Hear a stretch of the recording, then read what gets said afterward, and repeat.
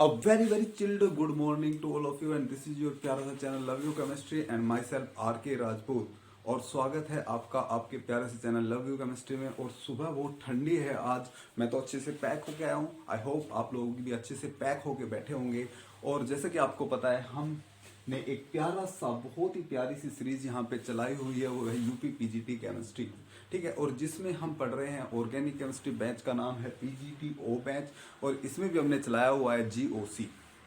और जीओसी का आज हमारा 9th लेक्चर है और 9th लेक्चर में हम पढ़ रहे हैं एरोमेटिसिटी का पार्ट नंबर 2। इससे पहले कल हमने पढ़ा था aromaticity part number 1।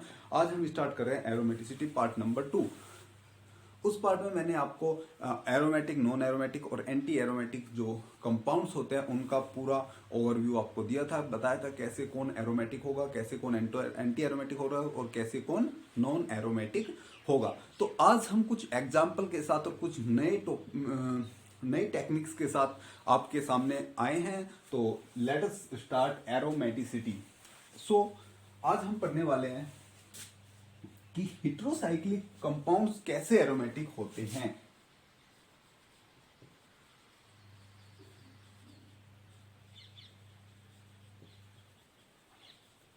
Heterocyclic compounds, हम कुछ हेटेरोसाइक्लिक कंपाउंड्स यहाँ पे अब पढ़ेंगे जो आपके एरोमेटिक होंगे। जैसे कि सबसे पहला कंपाउंड हमारा बहुत ही प्यारा सा कंपाउंड है, दैट इज पायरोल। ये कंपाउंड तो आपने देखा ही होगा, पायरोल इसका नाम है, ठीक है ना। दूसरा कंपाउंड जैसे कि हम लेते हैं फ्यूरान। तो पायरोल में क्या है, 5 मेंबर देंगे, उसमें नाइट्रोजन लगा हुआ है हेटेरो एटम और फ्यूरान में ऑक्सीजन हेटेरो एटम लगा है। अगर मैं ऑक्सीजन को हटा के यहीं पे सल्फर लगा दूं, क्या लगा दूं, सल्फर लगा दूं, तो ये बन जाएगा आपका थायोफीन, ठीक है ना।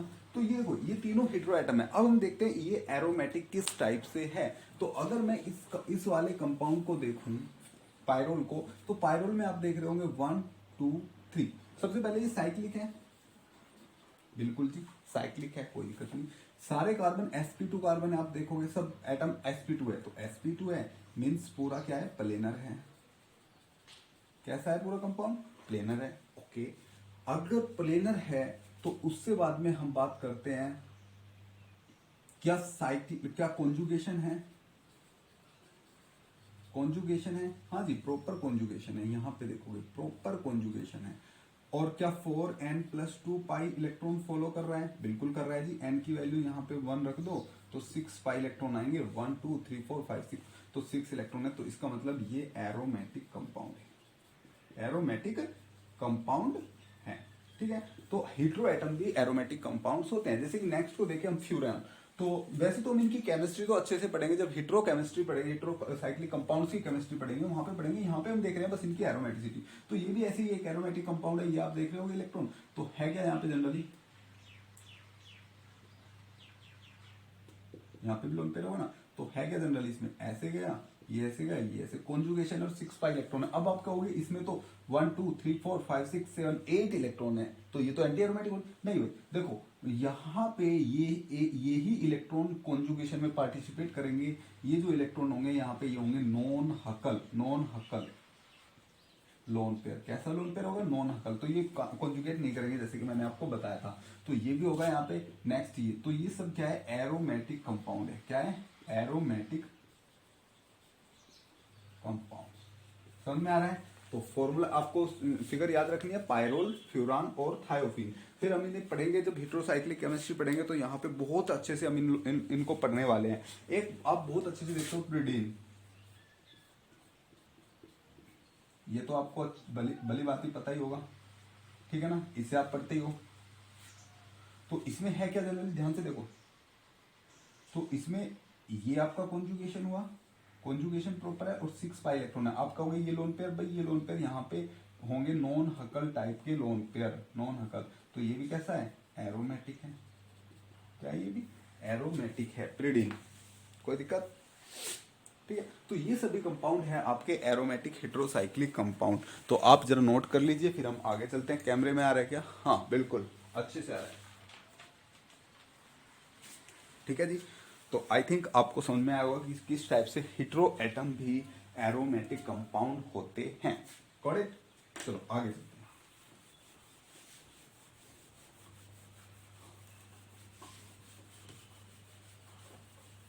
अब अगर हम बात करें, मैं फिर से कहना चाहता हूं कि जिन लोगों ने अभी तक चैनल को सब्सक्राइब नहीं किया, प्लीज चैनल को सब्सक्राइब कर लीजिए, क्योंकि ये सीरीज बहुत ही ज्यादा इंटरेस्टिंग होने वाली है। ठीक है ना। आपको पता नहीं क्यों इंटरेस्टिंग नहीं लगती है, आपका इंटरेस्ट रहा है केमिस्ट्री में या नहीं रहा है, बट हम बहुत ही इंटरेस्टिंग वे में यहाँ पे ऑर्गेनिक केमिस्ट्री पढ़ने वाले हैं। जिसको ऑर्गेनिक केमिस्ट्री नहीं आती, प्लीज काउंट ऑन मी, उसको भी ऑर्गेनिक केमिस्ट्री आने लगेगी, क्योंकि यहाँ पे हम स्क्रैच लेवल से लेके चलेंगे, बेसिक लेवल से और एडवांस लेवल तक जाएंगे। ठीक है ना। यही आपका B2A है, यानी कि आप बेसिक टू एडवांस जाओगे यहाँ पे। तो इसलिए प्लीज अपने दोस्तों के साथ शेयर करो वीडियोस को, और अपने पड़ोसियों को यहाँ पे लेके आओ। ठीक है ना। अच्छे से पढ़ो। आपको पता है,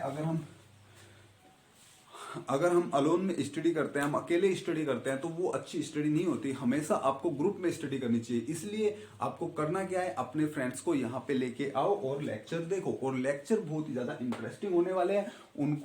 हमें हमेशा ये नहीं सोचना चाहिए कि बस हमारा फायदा हो। ठीक है ना। हमें अपने दोस्तों का फायदा भी सोचना चाहिए, जिससे कि क्या होगा, वहां पे कंपटीशन लेवल बढ़ेगा। और देखो, हम लोग तो क्या है, हम लोगों को हम लोग कंपटीशन से लड़ने वाले लोग हैं। ठीक है ना। कंपटीशन से लड़ने वाले बनो, कंपटीशन से भागने वाले मत बनो। ये मत सोचो कि भाई वो पढ़ लेगा तो उसका अच्छा हो जाएगा, क्योंकि देखो यहाँ पे करोड़ों की जनसंख्या है। ठीक है ना। करोड़ों करोड़ों लोग हैं, लाखों लोग हैं जो यहाँ पे फॉर्म भरते हैं। ठीक है। लाखों लोग फॉर्म भरते हैं, तो क्या वो लोग कहीं अच्छे से नहीं पढ़ रहे होंगे? सब अच्छे से पढ़ेंगे। इसलिए एक काम करो कि अपने दोस्तों को भी लेके आओ, जिससे कंपटीशन लेवल बढ़ेगा और आप लोगों को और मजा आएगा। चलो आगे स्टार्ट करते हैं। नेक्स्ट है हमारा हेटेरोसाइक्लिक कंपाउंड। आप लोगों को अच्छे से समझ में आया होगा क्यों हम हेटेरोसाइक्लिक कहते हैं, क्योंकि उनमें एक हेटेरो एटम आ जाता है। अब हम पढ़ते हैं यहाँ पे, नेक्स्ट है एनुलीन। एनुलीन, तो आपको एक नया सा वर्ड लग रहा होगा, annulene. What is the mean of एनुलीन?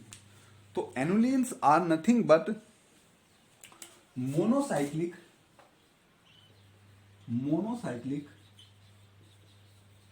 Cyclic conjugated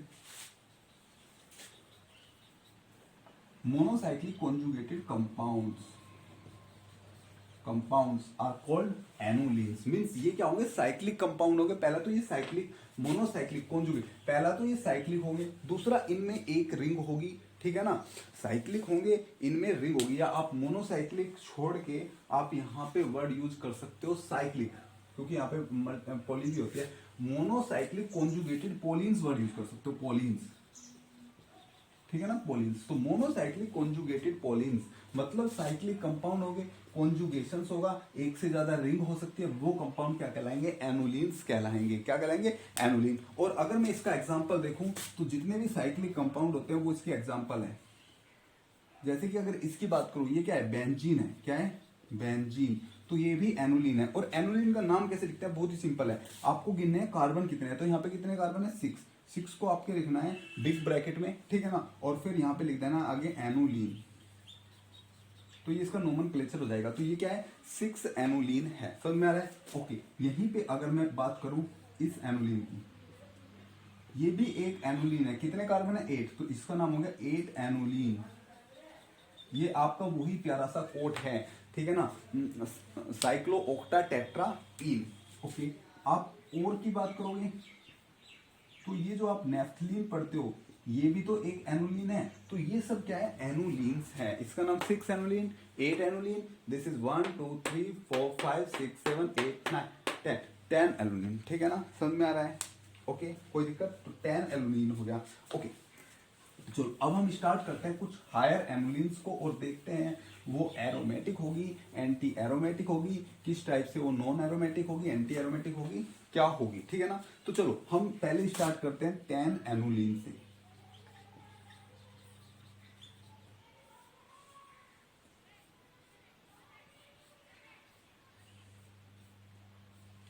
तो किससे स्टार्ट करते हैं, 10 एनुलिन से।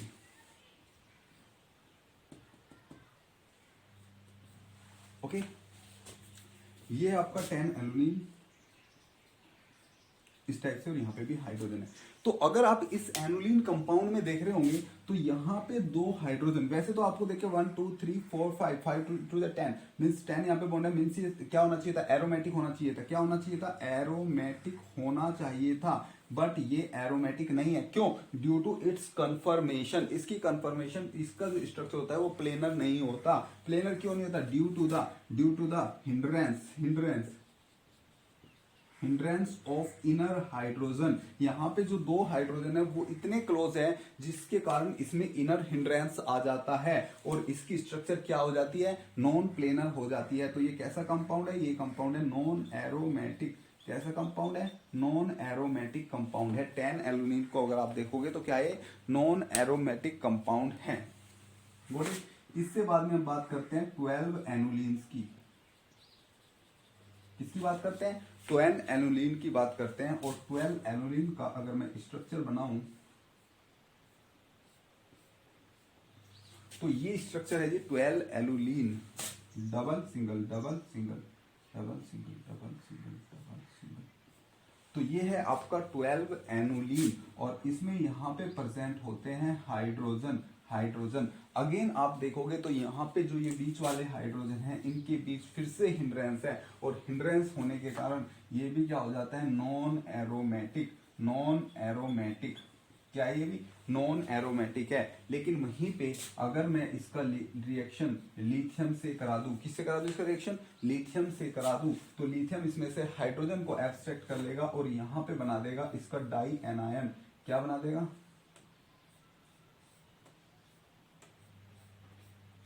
क्या बना देगा इसका, डाई एनायन। तो ये क्या हो जाएगा आपका, ये आपका हो जाएगा एरोमेटिक और प्लेनर। एरोमेटिक क्योंकि डाई एनायन बनने के बाद में जो बीच वाला जो इनर रिपल्सन था वो रिपल्सन यहाँ पे नहीं रहेगा, तो उसके कारण ये क्या हो जाएगा, एरोमेटिक। तो ये है आपका 12 एनुलिन। अगर आप 10 एनुलिन की बात करो तो ये आपका नॉन एरोमेटिक है, ये भी नॉन एरोमेटिक है, लेकिन इसका डाई एनायन क्या है, एरोमेटिक है, क्योंकि डाई एनायन फॉर्म इसकी क्या हो जाती है, इसकी डाई एनायन फॉर्म हो जाती है जी प्लेनर। समझ में आ रहा है। ओके, नेक्स्ट हम देख लेते हैं 14 एनुलिन। आप इन्हें उतार लेना, अच्छे से नोट कर लेना, नोट्स बनाते रहो। मैं फिर से कह रहा हूँ नोट्स बहुत जरूरी होते हैं क्योंकि बाद में आप फिर से भूल जाओगे, इतना टाइम नहीं रहेगा कि हम फिर से वीडियो देख सके, इसलिए साथ के साथ अपने नोट्स बनाते चलो। Notes are very important part of our life. ठीक है, नहीं सर इंपॉर्टेंट पार्ट तो बस गर्लफ्रेंड है। अरे भाई केमिस्ट्री को गर्लफ्रेंड बनाओ ना, जिससे कि बहुत ज्यादा मजा आएगा बाद में। ठीक है ना, मजा कहाँ आएगा, जब आप क्वेश्चंस करोगे। क्वेश्चंस करने में जो तृप्ति आती है ना, वो तृप्ति बस गर्लफ्रेंड के साथ में आएगी। ठीक है, चलो कहाँ गुरुजी ऐसा कहाँ होता है। चलो नेक्स्ट हम स्टार्ट करते हैं 14 एनुलिन। 14 एनुलिन और 14 एनुलिन को अगर हम देखें तो कैसा होता है इसका स्ट्रक्चर। एक तो सर जी आपने एक गंदा सा स्ट्रक्चर बना दिया, ऐसा भला कोई स्ट्रक्चर बनाता है।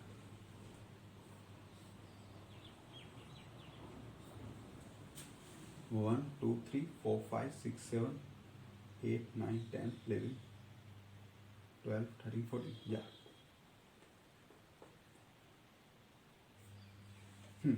सो ये होगा आपका 14 annulene, double single double single double single double single double single double single. ठीक है ना, तो ये होगा आपका 14 एनुलिन। और अगर हम 14 एनुलिन की बात करें तो यहाँ पे फिर से हाइड्रोजन प्रेजेंट होंगे और जिन हाइड्रोजन के हिंड्रेंस के कारण ये फिर से नॉन एरोमेटिक हो जाएगा।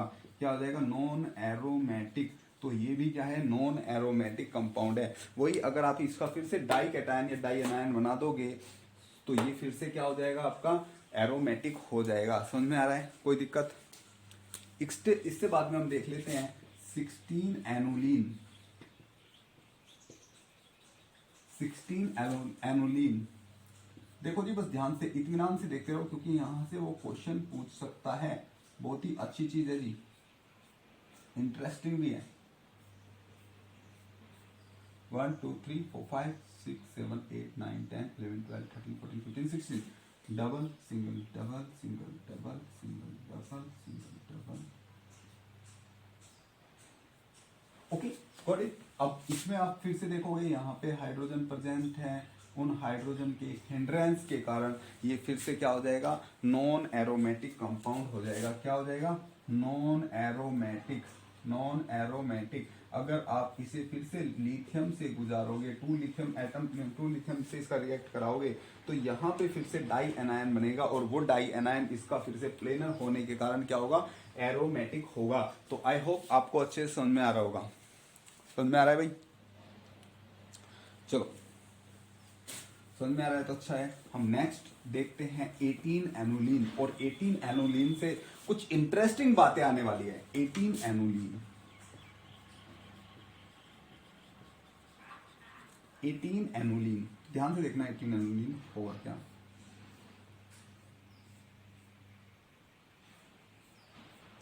देखना एक बार काउंट करके 18 ही बनाए, कुछ और तो नहीं बन गया। 18 ही है ना?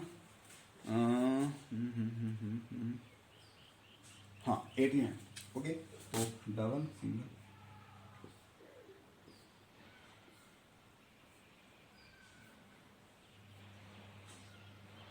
ओके, तो ये होगा आपका 18 एनुलिन। और अगर आप यहाँ पे देखो तो यहाँ पे प्रेजेंट होंगे हाइड्रोजन। क्या प्रेजेंट होंगे यहाँ पे, हाइड्रोजन प्रेजेंट होंगे।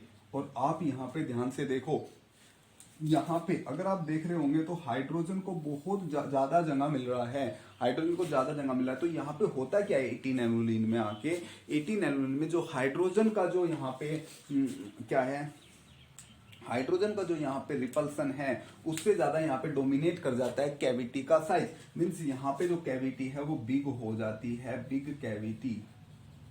कैसी कैविटी हो जाती है, बिग कैविटी, जिससे जो हिंड्रेंस हो जाता है, हिंड्रेंस हो जाता है हाइड्रोजन का, वो घट जाता है। और घटने के कारण जो स्ट्रक्चर हो जाता है वो कैसा हो जाता है, प्लेनर स्ट्रक्चर हो जाता है। और ये कंपाउंड हो जाता है एरोमेटिक। कैसा कंपाउंड हो जाता है, एरोमेटिक। तो आपको याद रखना है जो 18 एनुलिन है वो कैसा है, एरोमेटिक कंपाउंड है। क्यों एरोमेटिक है, क्योंकि यहाँ पे हिंड्रेंस के ऊपर डोमिनेट कर जाता है, हिंड्रेंस के ऊपर डोमिनेट कर जाता है रिंग का कैविटी। रिंग का कैविटी बड़ा होने के कारण हिंड्रेंस कम हो जाता है, स्ट्रक्चर प्लेनर हो जाता है, तो ये एरोमेटिक हो जाता है। तो आप नोट करके यहाँ पे एक चीज लिखोगे, आप नोट करके एक चीज लिखोगे कि जो 18 एनुलिन होती है, जो 18 एनुलिन होती है और इससे ऊपर की जितनी भी एनुलिन्स होती है वहां पे होता क्या है, वहां पे कैविटी का साइज, वहां पे कैविटी का साइज बड़ा हो जाता है। और कैविटी का साइज बड़ा होने के कारण जो हिंड्रेंस है वो कम हो जाता है और वो कंपाउंड्स एरोमेटिक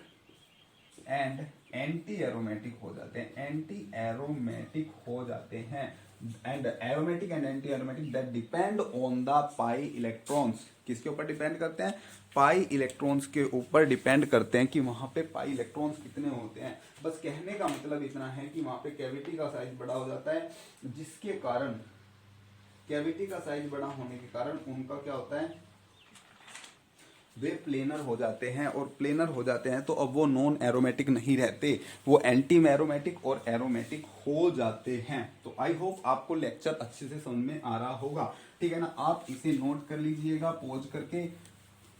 और जिन लोगों को लग रहा है कि वीडियो में उन्हें आता है, जिन लोगों को लग रहा है कि इस लेक्चर में उनको आता है, तो वो इनटू 2 की स्पीड में देख सकता है।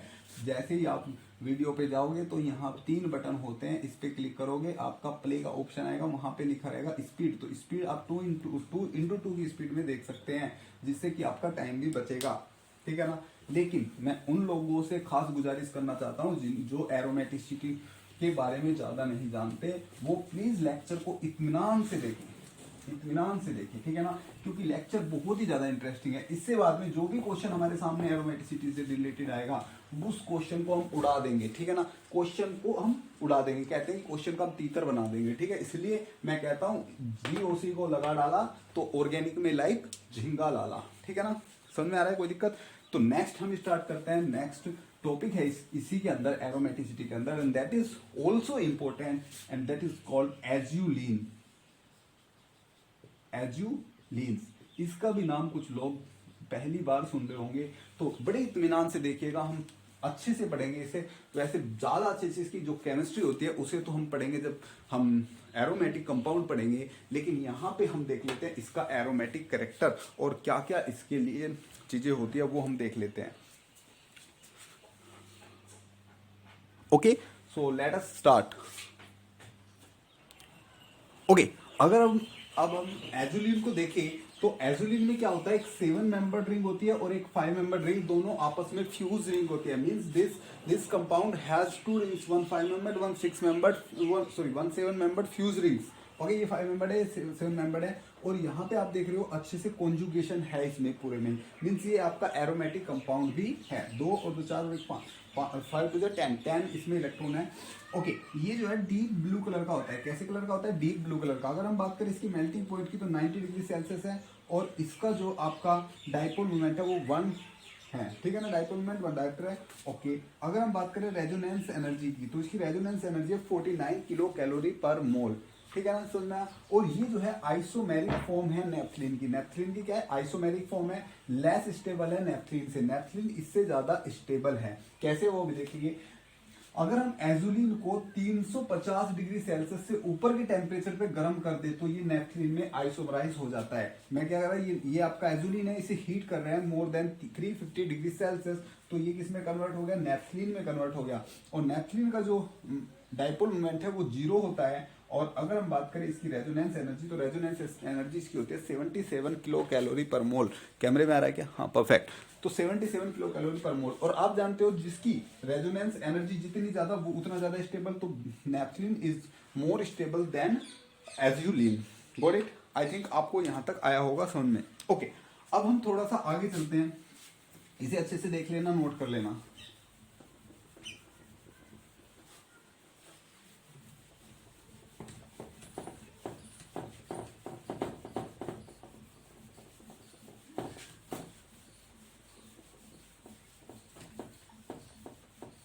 अगर थोड़ा और आगे चले और हम नेफ्थलीन की स्ट्रक्चर एक बार बनाते हैं,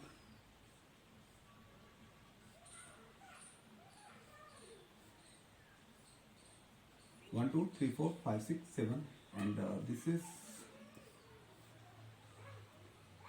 1 2 3। Okay, so this is the conjugated diene, right? Okay, अब अगर बात करें तो ये क्या है? एजुलिन है। अब अगर एजुलिन में हम बात करें कॉन्जुगेशन की, तो इसमें कॉन्जुगेशन कैसा होता है, ध्यान से देखना। अगर हम इसकी नंबरिंग की बात करें तो नंबरिंग हम यहाँ से स्टार्ट करते हैं, 1 2 3, इसमें यहाँ से स्टार्ट करते हैं, फिर इसमें यहाँ से 3 4 5 6 7 8 जो भी है, ठीक है ना। तो यहाँ से हम नंबरिंग स्टार्ट करते हैं। ये जो यहाँ पे जो ये कार्बन है 1 2 3, ये कार्बन बहुत ज्यादा इंपॉर्टेंट है। क्या इनका इंपॉर्टेंस है वो अभी हम देखते हैं। इनकी अगर हम केमिस्ट्री पढ़ेंगे तो ये काफी इंपॉर्टेंट होने वाला है। तो होता क्या है, यहाँ पे जब रेजोनेंस होता है तो एक तो इस टाइप से यहाँ पे रेजोनेंस होता है। मीन्स ये बॉन्ड जाएगा यहाँ पे, ये जाएगा यहाँ पे, ये जाएगा यहाँ पे। तो आप देख रहे हो किस टाइप से इसमें कॉन्जुगेशन हो रहा है। अगर मैं नई जो कोलिन बनाऊंगा वो कुछ इस टाइप से बनेगी, 1 2 3 4 5 6 7, एंड दिस इज दिस। यहाँ पे डबल बॉन्ड होगा, यहाँ पे डबल बॉन्ड होगा। Okay, got it. और जब ये यहाँ पे जाएगा, ध्यान से देखो, यहाँ पे जब ये यहाँ पे जाएगा तो सॉरी, इसे कम करो, यहाँ पे लेके आते हैं, ठीक है ना। ये थोड़ा सॉरी, हाँ, ये तो क्या होगा, ध्यान से देखो, यहाँ पे डबल बॉन्ड पहले से ये, और यहाँ पे आएगा आपका माइनस साइन, और यहाँ पे डबल बॉन्ड आएगा, यहाँ पे डबल बॉन्ड आएगा, और यहाँ पे आपका प्लस साइन आ जाएगा, और यहाँ पे डबल बॉन्ड आएगा। कुछ इस टाइप से आपका कॉन्जुगेशन होगा। समझ में आ रहा होगा आपको, ठीक है ना। डबल बॉन्ड कहाँ कहाँ है वो आप देख भी रहे होंगे, कोई दिक्कत? चलो, दूसरा क्या होता है, दूसरा इसमें जो दूसरा कॉन्जुगेशन होता है, ये कॉन्जुगेशन आपको समझ में आएगा। दूसरा कॉन्जुगेशन कुछ इस टाइप से होता है। यहाँ पे जाएगा, और जब ये यहाँ पे जाएगा, जस्ट वेट,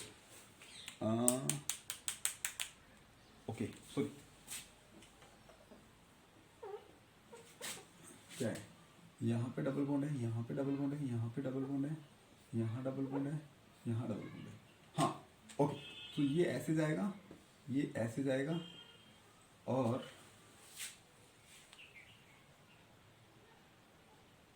एक काम करते हैं। ओके, ये वाला कॉन्जुगेशन आपको समझ में आया। दूसरा कॉन्जुगेशन हम देखते हैं। ठीक है, ये है double bond single bond double bond single bond double bond single bond double bond single bond double bond single. Okay, इसमें अगर मैं इसी कॉन्जुगेशन इस वाली स्ट्रक्चर में देखो तो देखो ये यहाँ जाएगा और ये जाएगा यहाँ, मीन्स आपको जो स्ट्रक्चर मिलेगा, जो माइनस साइन मिलेगा वो इस बार यहाँ पे मिल रहा है, ठीक है, और यहाँ पे प्लस मिल रहा है, वो छोड़ो, तो माइनस साइन यहाँ पे, मीन्स अगर 1 2 3 करूं तो आप देख रहे होंगे जो 5 मेंबर रिंग है उस 5 मेंबर रिंग पे दो पोजिशन पे 1 पे और 3 पे माइनस आ रहा है जब कॉन्जुगेशन आप करते हो। तो 1 और 3 मीन्स ये रिंग काफी इंपॉर्टेंट है, उसमें भी फर्स्ट और थर्ड जो कार्बन है वो काफी इंपॉर्टेंट है, क्योंकि जब हम यहाँ पे पढ़ेंगे एरोमेटिक इलेक्ट्रोफिलिक सब्स्टिट्यूशन रिएक्शंस, ठीक है, जब हम एरोमेटिक इलेक्ट्रोफिलिक सब्स्टिट्यूशन रिएक्शन पढ़ेंगे तो वहां पे क्या होगा, जो इलेक्ट्रोफाइल आके जुड़ेगा वो एक तो फर्स्ट पोजीशन पे आके जुड़ेगा, एक थर्ड पोजीशन पे आके जुड़ेगा। समझ में आया कोई दिक्कत? जैसे कि बेंजीन में आप देखते थे अगर प्लस एम इफेक्ट है तो कहां पे जुड़ता था, आपका ऑर्थो और पैरा पे, अगर माइनस एम है तो आपका मेटा पे जाके जुड़ता था। कोई दिक्कत आपको समझ में आ रहा है? ठीक है, तो यहाँ पे ये पोजिशन और ये पोजिशन, दोनों पोजिशन काफी इंपॉर्टेंट है।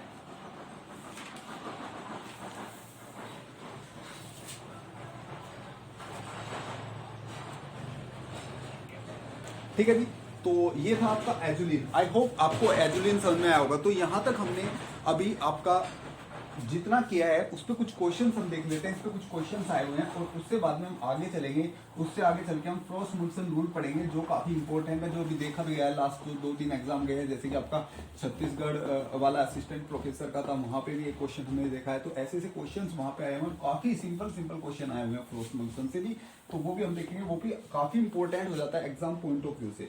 तो हम अब इसमें देखते हैं कुछ क्वेश्चन। तो क्वेश्चन क्या है, क्वेश्चन ध्यान से देखना।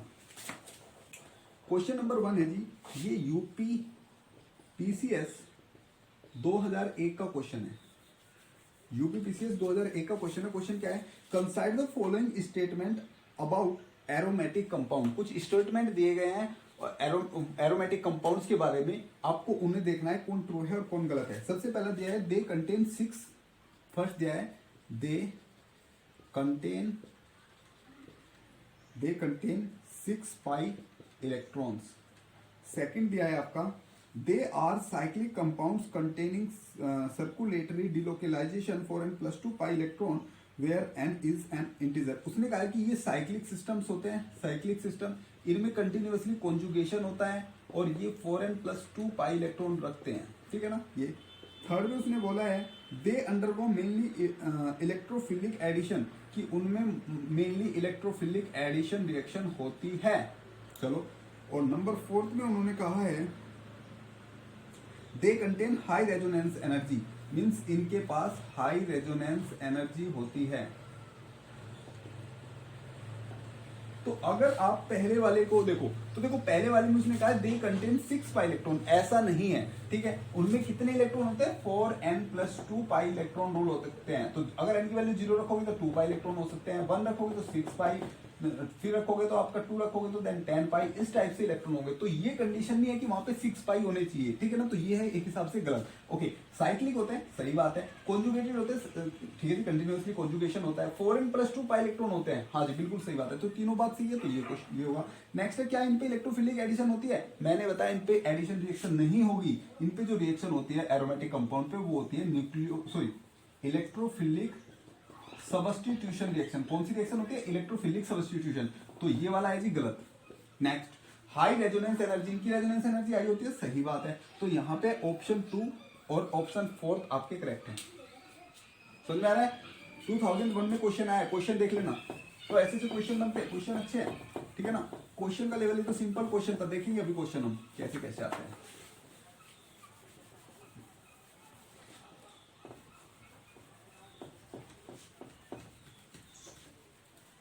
ठीक है भाई, नेक्स्ट क्वेश्चन देखते हैं। क्वेश्चन नेक्स्ट है, ये 2008 का क्वेश्चन है। यूपीपीसीएस 2008 में क्वेश्चन आया था। 2008 में क्वेश्चन क्या था, कंसाइड द फॉलोइंग स्टेटमेंट। इसमें भी स्टेटमेंट दिए हुए थे। पहला स्टेटमेंट क्या था, resonating structure differ only in arrangement of electron. इसने कहा है कि जो रेजोनेटिंग स्ट्रक्चर होती है उनमें केवल इलेक्ट्रॉन का डिफरेंस होता है। पहला स्टेटमेंट ये था। दूसरा स्टेटमेंट क्या था, all atoms participating in resonance must lie in the same plane. इसने कहा है कि जो इलेक्ट्रॉन्स होते हैं, ऑल द एटम्स पार्टिसिपेटिंग, जितने भी इलेक्ट्रॉन्स जो पार्टिसिपेट करते हैं रेजोनेंस में, वो सेम प्लेन में होते हैं। चलो सही बात है। रेजोनेंस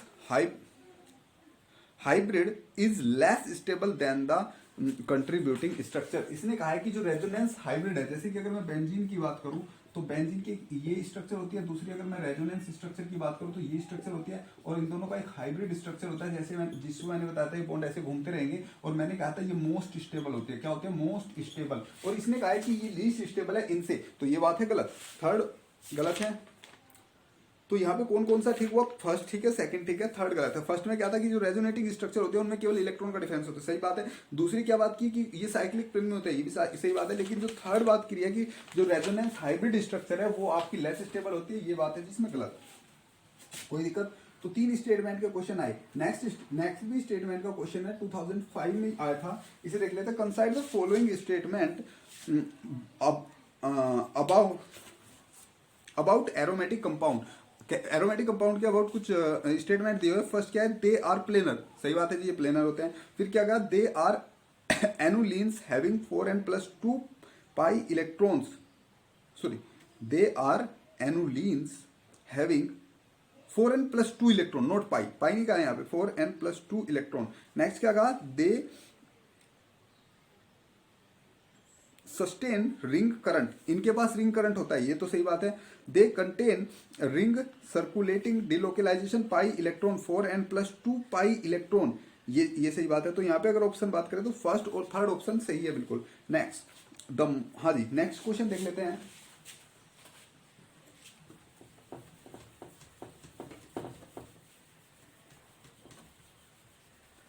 नेक्स्ट क्वेश्चन इज, ये आया था 2007 में। क्वेश्चन क्या है? The most basic compound among the following is. इसने पूछा है इनमें से कौन सा मोस्ट बेसिक कंपाउंड होगा। तो पहला दिया था बेंजेमाइड, सेकंड दिया था एनिलीन, थर्ड दिया था 2,4 डाइनाइट्रो एनिलीन, फोर्थ दिया था 2-फिनाइल इथाइल एमीन। ठीक है, तो पहला बेंजेमाइड की बात करें तो यहाँ पे CONH2 लग जाएगा। ठीक है, फर्स्ट क्या था? बेंजेमाइड था ना। दूसरा क्या है? एनिलीन। एनिलीन में क्या होता है? बेंजीन के ऊपर लगा होता है NH2। थर्ड क्या है? 2,4 डाइमिथाइल एनिलीन, 2,4 डाइनाइट्रो एनिलीन। 2 पे 1 2, यहाँ पे आपका एनिलीन है तो NH2 लगा होगा, और 2 1 2 2 पे नाइट्रो लगा है और 4 पे नाइट्रो लगा है, ये दिया हुआ है। और फोर्थ में क्या दिया है? 2-फिनाइल इथाइल, क्या है? 2-फिनाइल इथाइल एमीन। तो हो जाएगा CH2 NH2। इसमें पूछा सबसे ज्यादा बेसिक कौन है? ध्यान से देखो, यहाँ पे लोन पेयर है, यहाँ पे भी लोन पेयर है, यहाँ पे भी लोन पेयर है, यहाँ पे भी लोन पेयर है। यहाँ के जो लोन पेयर है वो आप देख रहे हो कॉन्जुगेशन में जा रहे हैं, बहुत अच्छे कॉन्जुगेशन में जा रहे हैं। ठीक है, और यहाँ से भी कॉन्जुगेशन में जा सकते हैं। यहाँ के लोन पेयर भी आपका बहुत अच्छे रिंग में कॉन्जुगेशन में जा रहे हैं, यहाँ के भी रिंग में कॉन्जुगेशन में जा रहे हैं। तो यहाँ पे जो प्रेजेंस ऑफ लोन पेयर होगी वो कम हो जाएगी। लेकिन यहाँ पे आप देखोगे तो यहाँ पे कोई भी कॉन्जुगेशन नहीं है, तो ये स्टेटिक लोन पेयर है, तो ये लोन पेयर को अच्छे से देगा, मीन्स लोन पेयर अवेलेबल है। तो सबसे ज्यादा बेसिक कौन होगा? 2-फिनाइल इथाइल एमीन। समझ में आया जी? आई होप आप लोगों को ये अच्छे से समझ में आया होगा ये क्वेश्चन। अब हम क्या करते हैं? अब हम देखते हैं फ्रॉस्ट मुल्सन रूल क्या होता है, और फिर उससे बाद में हम क्वेश्चंस देखेंगे। ठीक है ना? And this Frost Musulin rule is very important. Okay guys, video काफी लंबा हो गया तो हम एक काम करते हैं, एक वीडियो और लेके आते हैं एरोमेटिसिटी की, जिसमें हम क्या करते हैं? फ्रॉस्ट मुल्सन रूल पढ़ेंगे और कुछ लॉजिक क्वेश्चंस पढ़ेंगे, और फिर उससे बाद में हम प्रीवियस ईयर के जितने भी क्वेश्चंस होंगे वो सब लगाएंगे, इनसे सारे क्वेश्चन लगाएंगे। और प्लीज काउंट ऑन मी, आपसे जितने भी क्वेश्चन होंगे वो आपसे हो जाएंगे। अगर एरोमेटिसिटी के आपके पास भी कोई क्वेश्चन होंगे वो आपसे नहीं हो रहा है तो प्लीज कमेंट कीजिए और कमेंट में क्वेश्चंस पूछिए। ठीक है ना? आपसे हर क्वेश्चन होगा, ऐसा कोई क्वेश्चन नहीं होगा जो आपसे नहीं होगा। तो best of luck, and again please say like, share and subscribe. Okay, then thanks for cooperation. Bye bye.